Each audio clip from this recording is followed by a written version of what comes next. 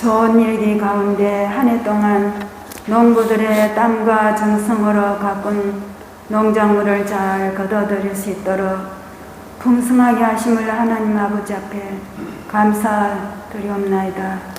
연약한 저희들을 믿음과 소망을 부어주심을 감사드리옵나이다. 예수님의 십자가의 사랑으로 하나님의 자녀로 인쳐주심을 감사드리옵나이다. 아멘. 말씀대로 살지 못함을 고백합니다.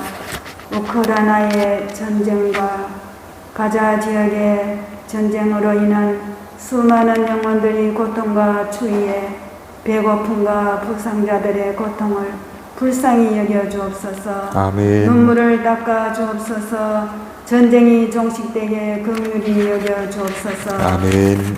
목사님 말씀 선포하실 때 저희들의 영혼의 눈을 열어주시고 성령님을 영접하도록 도와주옵소서. 아멘. 만문을 열어주시며 하나님 아버지의 사랑에 온몸이 기쁨으로 하나님의 나라가 임하옵소서. 아멘. 11월 19일 추수감사주일에 많은 사람을 보내어 주시옵고 전도의 열매로 하나님 아버지께 영광을 올리게 하옵소서.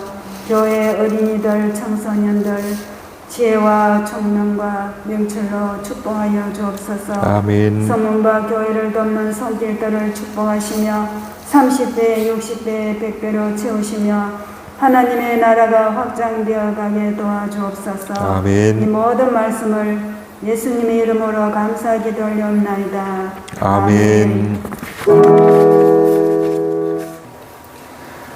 긍휼 주시는 하나님 말씀은 요한복음 11장 39절에서 44절입니다.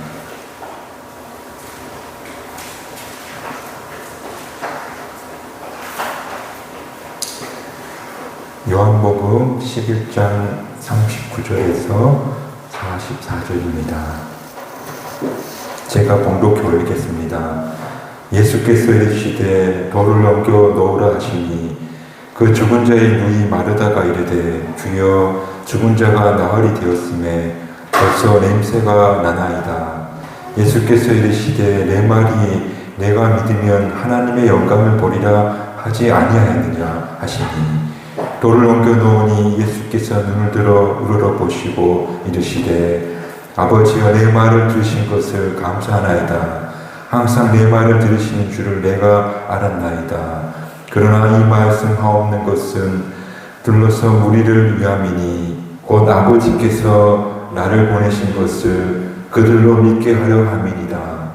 이 말씀을 하시고 큰 소리로 나사로야 나오라 부르시니 죽은 자가 수족을 배로 동인 채로 나오는데 그 얼굴은 수건에 쌓였더라.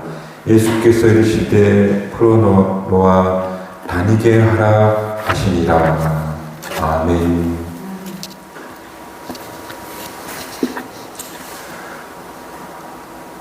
오늘 죽음의 냄새 혹은 생명의 향기라는 제목의 말씀을 함께 나누었으면 좋겠습니다.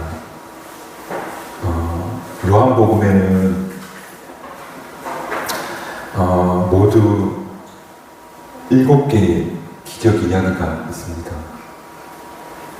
7개를 요한이 뽑은 겁니다.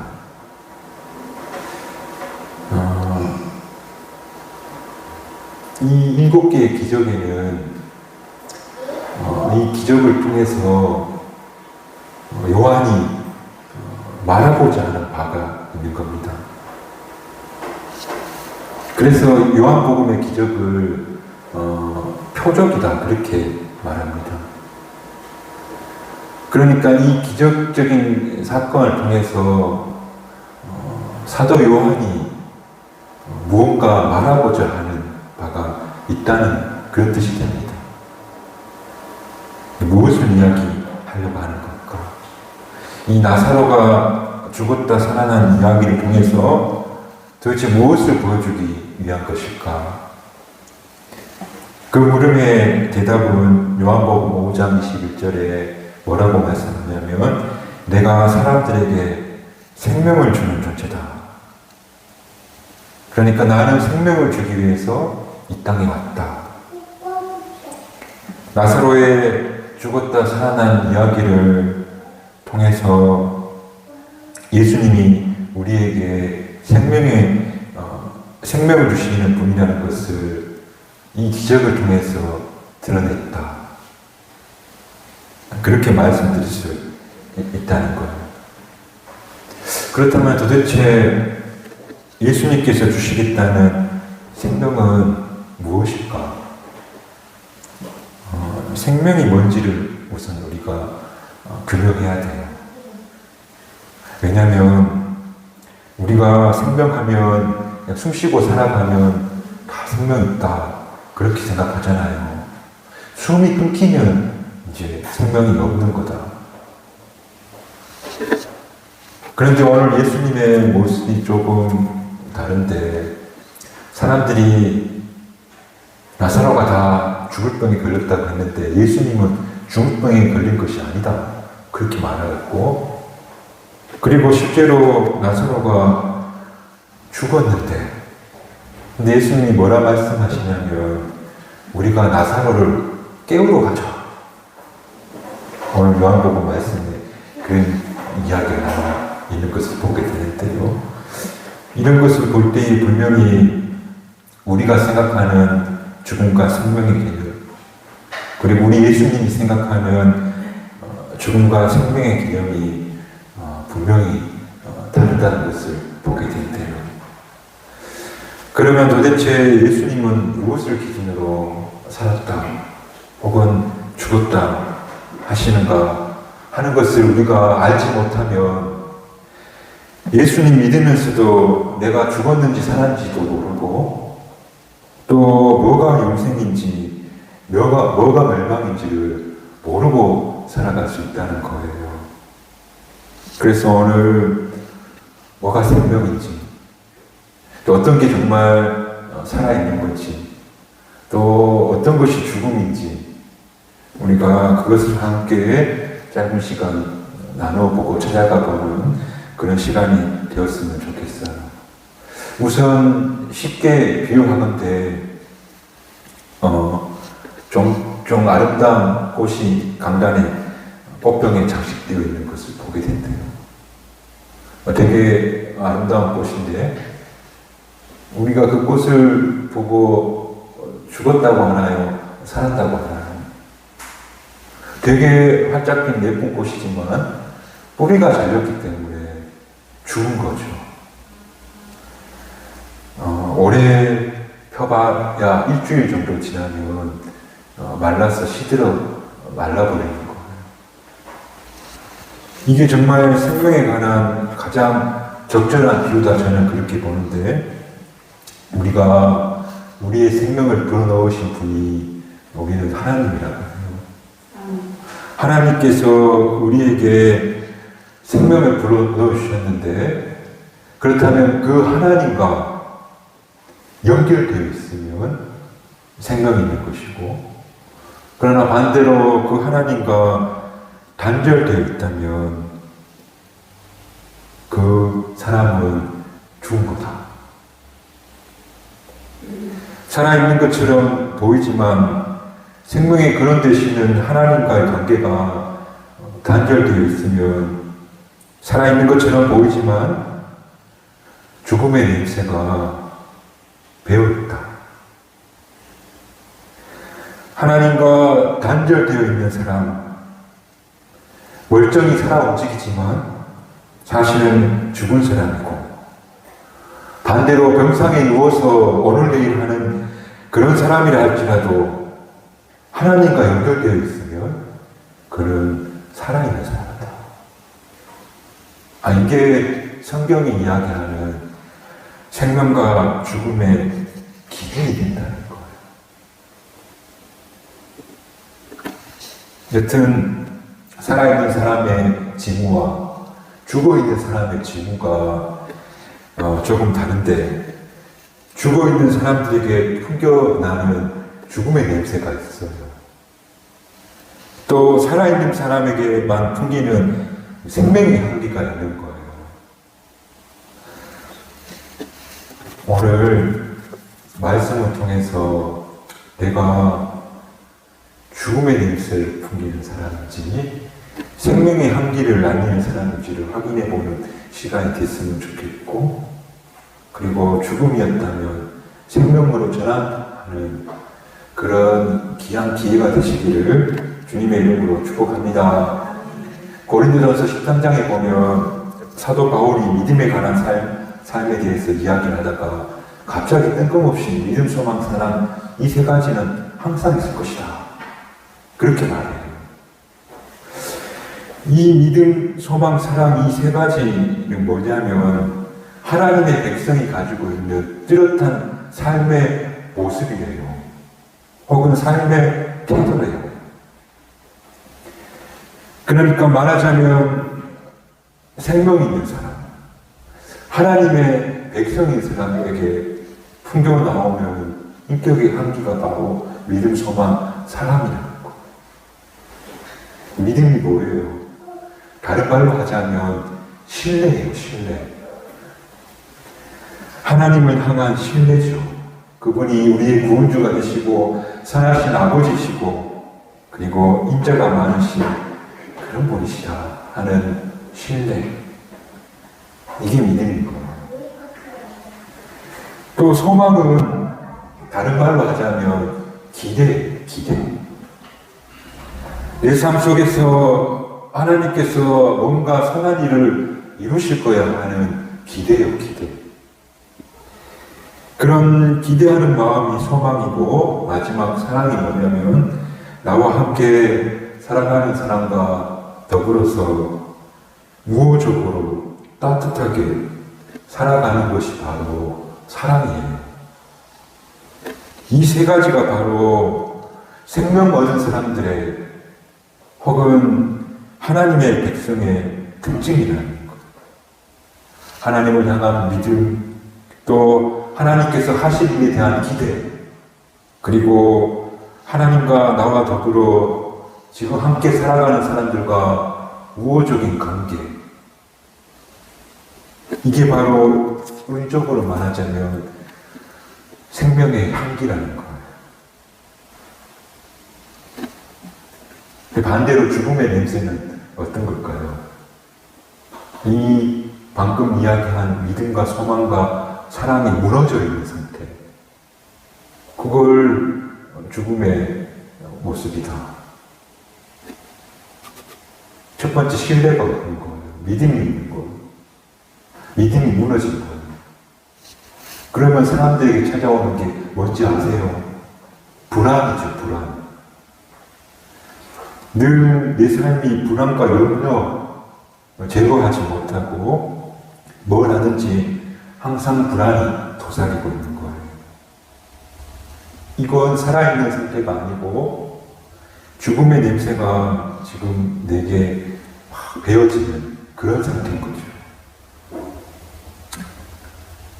그래서 불안하니까 우리 눈에 보이는 뭔가 안전한 것을 불안하니까 붙잡는데 대개는 돈이거나 혹은 지식이거나 혹은 힘이거나 자식이거나 혹은 술이 된다고 해요. 불안 속에 살고 있다면 그것은 바로 생명 없는 사람의 특징이다. 기억하시고, 그런 불안 속에 사는 사람이 현대인들 가운데 대단히 많고, 그리고 마치 바이러스처럼 불안을 증폭하는 사회 속에 우리가 지금 살아가고 있구나. 그리고 두 번째로 죽음의 냄새를 풍기는 것이 뭐냐면 소망이 무너진, 기대가 무너지면 어떤 일이 벌어지냐면 실망이 있는 거. 종종 권태롭다고 사는 게 무의미하고 권태롭다고 하는 분들 이야기를 종종 들어요. 권태가 어떻게 찾아오냐면 작은 실망들이 계속 이어지면 희망을 품지 못하게 되고, 그러면 권태가 찾아오는 거예요. 내가 꿈꾸던 것, 원하는 것들이 자꾸 계속해서 좌절되게 되면 아예 기대를 품지 않고 살게 된다는 거예요. 기대가 없는 상태, 그것을 바로 권태라고 부르고, 그런 기대 없이 희망 없이 살아가는 것을 보고 바로 죽음의 냄새다. 눈을 떠도 오늘이 내일과 달라질 것이 하나도 없고, 매일 똑같은 날이 반복될 것 같고, 아무것도 신선하거나 새로울 것이 없는, 희망을 줄 만한 새 일이 나타날 거라는 기대가 없이 살아가는 것, 이렇게 죽음의 냄새를 풍기는 이들의 평생이다. 오늘 아침에 눈뜰 때 뭔가 신선한 일이 있을 것 같고 새로운 일이 펼쳐질 거라 하는 그런 기대를 가지고 사는 그런 우리 성문학교의 교우들이 됐으면 정말로 좋겠어요. 가만 생각해 보니까 내가 그런 기대와 꿈을 언제까지 가장 품었나 보니까 어린 시절. 어린 시절에는 눈 뜨고 깨면 늘 뭐가 새롭고 기쁘고 즐거웠잖아요. 우리 집 둘째 아들이 새벽 6시쯤 넘으면 눈을 뜨고 배드민턴 치러 간다고. 예? 친구 한 명 있는데 아침부터 전화해가지고 동아야 같이 막 자전거 타고 예? 학교를 가더라고요. 배드민턴 그게 뭐라고 그럴까? 권태가 지배하면 이미 나는 죽음의 냄새를 풍기고 있는 사람이다. 그렇게 보시면 되고, 안타깝게도 그런 이들이 세상에 전부로 많은 것 같아요. 세 번째는 사랑으로 서로 우호적 관계를 맺고 살아야 되는데 그게 무엇입니까? 단절이었거든요. 내 마음을 털어놓고 얘기할 사람도 없고 또 누군가의 이야기를 들어줄 마음도 없는, 그래서 고작 모여서 하는 이야기가 형식적인 사교적 이야기 그리고 영혼 없는 대화, 그것만 있는 것 같아요. 제가 도시교회에도 꽤 오래 있어 봤는데 도시교회 교육들에게 받은 느낌이 뭐냐면 첫 번째가 두 번째 있는 건 아니고 되게 교양이 있어 보인다. 그 세련된 느낌이 드는데, 근데 그 교양이 있은 세련됨이 뭐냐면 절대 자기 이야기 안 하는 거야. 이야기하긴 하는데 남들 앞에 이야기해서 괜찮아 보이는 거야. 자신 속에 있는 약점, 어두운 거, 실수한 거 절대 내놓지 않는 게 바로 도시인들의 교양이었다. 서로 교회 와서 묻고 서로 사랑합니다 그렇게 말하지만 내 사람의 내밀한 것, 어떤 것 하나도 내어 보이지 않는 것, 그게 도시인들의 모습이거든요. 근데 신방에서 손잡고 기도하겠습니다. 기도 제목 나눕시다. 또 그분들에게 말씀을 전하고 속에 이야기를 들어보면 다 아픔들을 가지고 있는 거, 상처들이 있어요. 근데 그런 것들을 하나도 내보이지 않고 그저 상처를 안고 다 아파하면서 누구에게도 꺼내지 못하는 이야기를 품고 살아가는 것이 바로 관계의 단절. 그 단절이 바로 죽음의 냄새다.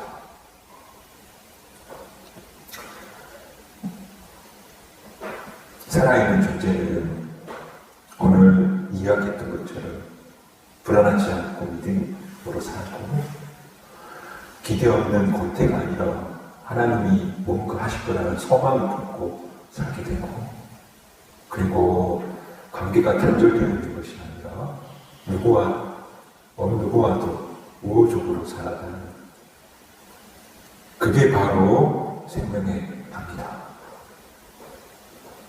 오늘 하지만 죽음의 냄새를 풍기고 있는 사람들에게 이제 오늘 나사로의 기적 혹은 이 표적을 통해서 예수님이 보여주고자 하는 것, 바로 이런 죽음의 삶에서, 이런 죽음의 냄새를 풍기는 삶에서 나오너라, 나사로야 일어나 나오너라 라고 그렇게 예수님이 말씀하신 것처럼 살아있지만 뿌리가 잘라서 죽음의 냄새를 펄펄 풍기고 있는 그 죽음의 문화 속에서 빠져나옵니다.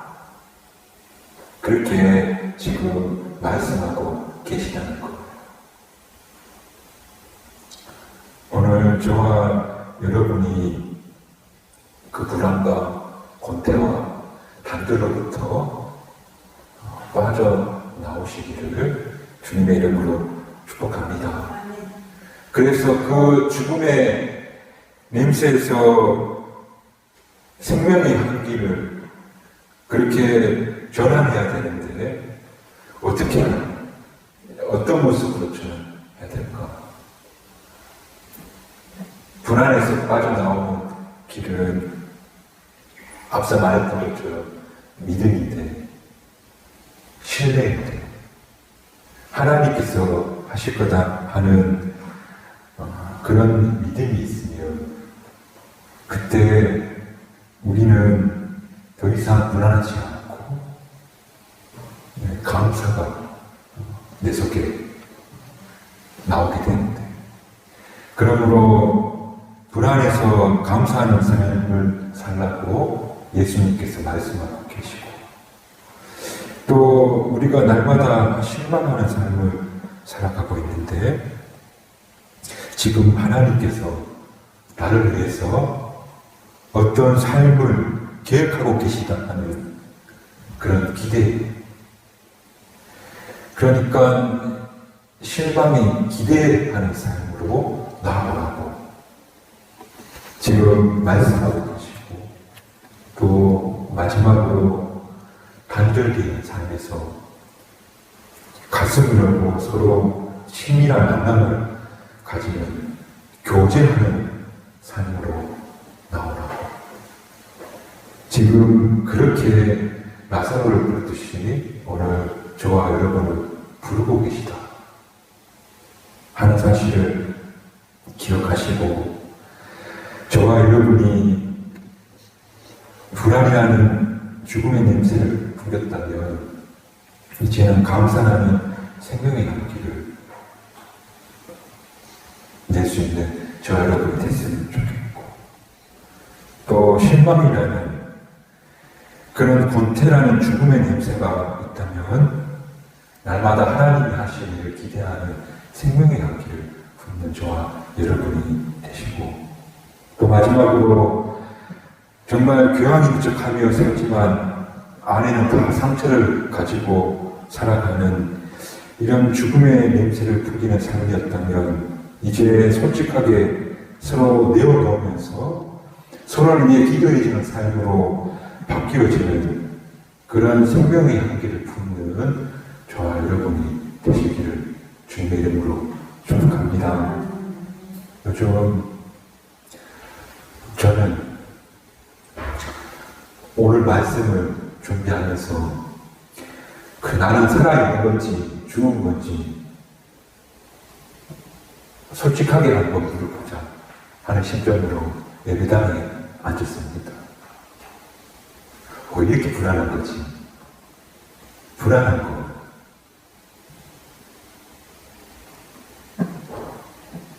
또 갈수록 실패와 낭패감에 살고 있구나 하는 걸 느껴요.